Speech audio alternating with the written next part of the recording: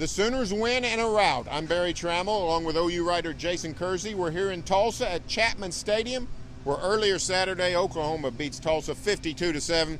And Jason, for the second straight week, the Sooners get off to a 21-0 lead in the first quarter and really just dominated. It's a team they should dominate, but it's got to be a good sign that Oklahoma is taking care of business. Yeah, I think it is, and I think there were a lot of good signs in this game. You had all three running backs once again had good games, especially Alex Ross and Keith Ford. And then you started to see other receivers step up, namely Deron Neal. He had a really nice game, one of the better games of his career, if not the best game.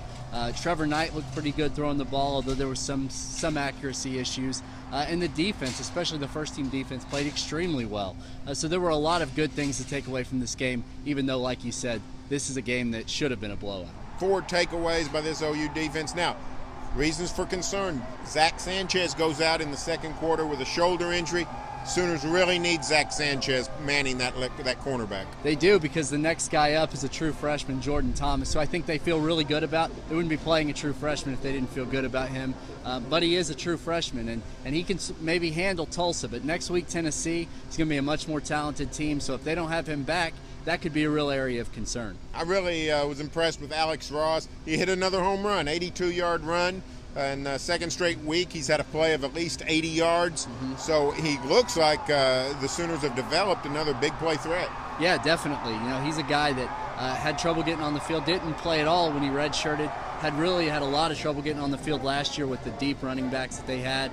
But this year, he's definitely established himself as a force to be reckoned with. And yet, I don't think he's OU's best tailback. No. It looked like to me Keith Ford's the best tailback.